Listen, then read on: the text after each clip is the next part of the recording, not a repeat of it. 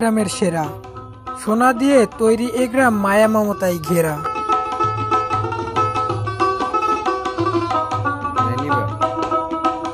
এই রাস্তার যে অবস্থা খারাপ, কোনো ইমার্জেন্সি রোগী যদি নেওয়া লাগে সেক্ষেত্রে আপনারা কি করেন? মানে রোগী একবার ইমার্জেন্সি রোগী হয় তাহলে মনে করেন মোষের গাড়ি নাইলে ঘোড়ার গাড়ি দিয়ে পারাপার করে। কোনো অটো কিংবা রিক্সা এই ধরনের কোনো যানবাহন আমাদের এদিকে চলে না। আমাদের ছোট নদী চলে বাঁকে বাঁকে, বৈশাখ মাসে তার হাঁটু জল থাকে। ভিউয়ার্স, কবি রবীন্দ্রনাথ ঠাকুরের এই কবিতার সাথে কতটা মিল রয়েছে আমাদের এই গ্রাম বাংলার, তা আজকে আপনাদেরকে দেখানোর চেষ্টা করব। আমি আপনাদের সাথে আছি অ্যাডভেঞ্চার প্রিয় ফয়সাল ইউটিউব চ্যানেল থেকে, আমি ফয়সাল আহমেদ। আমাদের ছোট নদী চলে বাঁকে বাঁকে, বৈশাখ মাসে তার হাঁটু জল থাকে। ভিউয়ার্স, দেখতে পাচ্ছেন যে এখানকার মানুষজন হাঁটু জল দিয়েই পারাপার হচ্ছে। পরের লাইনে বলেছিলেন পার হয়ে যায় গরু। ভিউয়ার্স, দেখতে পাচ্ছেন সেই পদ্মা নদী, এই নদীর মাঝখান দিয়ে গরুগুলো পার হচ্ছে। কতটা মিল রয়েছে, আসলে ভালো লাগার মতো দৃশ্য।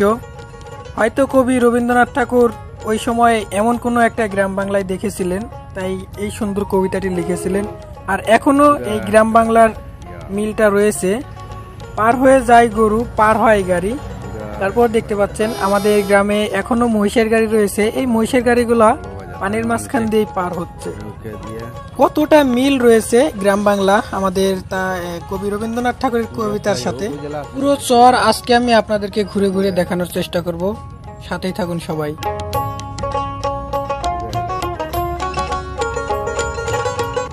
শুকনো মৌসুমে আমাদের চরাঞ্চলে আসতে হলে অবশ্যই আপনারা দেখতে পারবেন এই বাঁশের সাঁকোটা। আর এই শুকনো মৌসুমে বাঁশের সাঁকো পার হওয়ার আনন্দটাই অন্যরকম, অন্যরকম এক ভালো লাগা কাজ করে।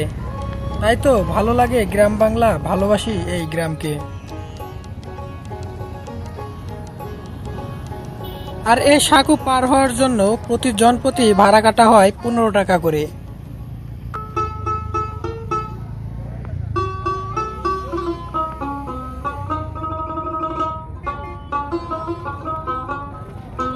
আমাদের এই চরে আরো একটি সুন্দর জিনিস রয়েছে, এখন আপনাদেরকে দেখানোর চেষ্টা করছি। এই নদীতে যে দেখতে পাচ্ছেন এগুলা হচ্ছে বালিহাঁস। আমি জুম করে দেখানোর চেষ্টা করি। এই বালিহাঁসগুলা কিন্তু এখন বিলুপ্তের পথে। এখন গ্রাম বাংলায় সব জায়গায় এগুলা দেখা যায় না এগুলো, তবে আমাদের এই চরাঞ্চলে এই নদীতে দেখা যায়। জানি না কোথা থেকে আসে, প্রত্যেক দিন সকালবেলা কিংবা ভোরবেলায় আসে এবং সন্ধ্যা হলে চলে যায়।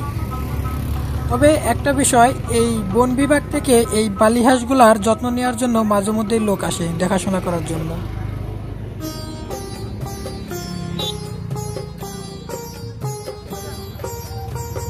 গ্রাম বাংলার স্মৃতি ছোট্ট হলেও গ্রামটা মোদের সকল গ্রামের সেরা, সোনা দিয়ে তৈরি এ গ্রাম মায়া মমতায় ঘেরা। সবুজ ঘাসেতে ভরা মাঠঘাট দেখতে লাগে বেশ, গ্রাম বাংলার রূপ যে কবু দেখা হয় না শেষ।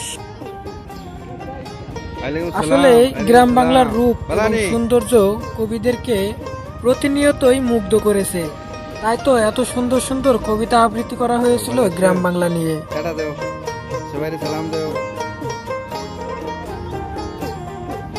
রাখালেরা মাঠে শত শত গরু চড়াচ্ছে। তবে একটু মজার বিষয় হলো ভিউয়ার্স, একটা গরুর গলায়ও রশি নেই। খোলামেলা ভাবে লালন পালন করা হয় এই গরুগুলা।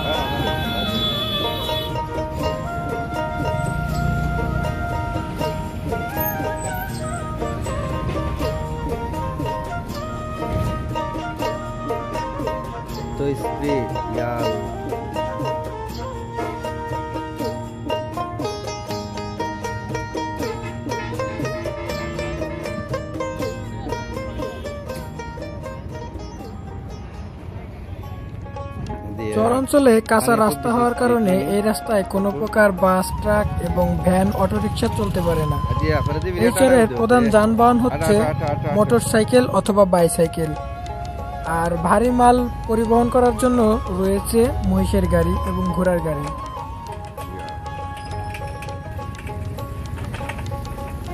তারপরেও যতটুকু কাঁচা রাস্তা রয়েছে সেই রাস্তায় রয়েছে প্রচুর পরিমাণ ধুলা এবং বালু।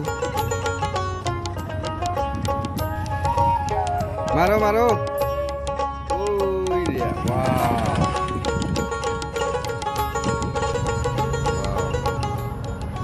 হ্যালো ভিউয়ার্স, দেখতে পাচ্ছেন যে এইখানে এই যে গাড়িগুলো আসতেছে আর এই পিছন দিয়ে এত পরিমাণ ধুলা উঠছে, মানে বলে বোঝানোর মতো না।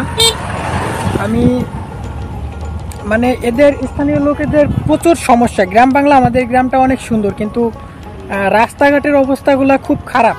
আর ইতিমধ্যে আমাদের এই চর অঞ্চলে রাস্তাঘাটের কাজ শুরু করেছে, কিন্তু কর্তৃপক্ষদের কাছে আমাদের অনুরোধ এবং সাধারণ জনগণেরও অনুরোধ যে এই রাস্তার কাজটা যেন খুব দ্রুত কমপ্লিট করা হয়।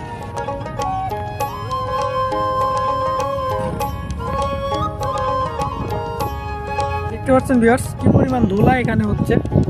সামনে আরো একটা গাড়ি আসছে, আমি আপনাদেরকে বোঝানোর চেষ্টা করব কি পরিমাণ ধুলা এখানে হয়। কাটা দিলাম। এই দেখেন গাড়িটা যাওয়ার পরে এই রাস্তাটাই ঢেকে যাচ্ছে ধুলার কারণে।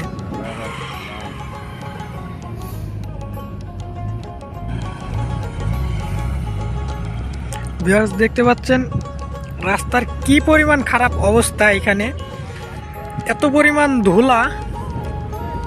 ধুলার কারণে কিছু দেখাই যাচ্ছে না।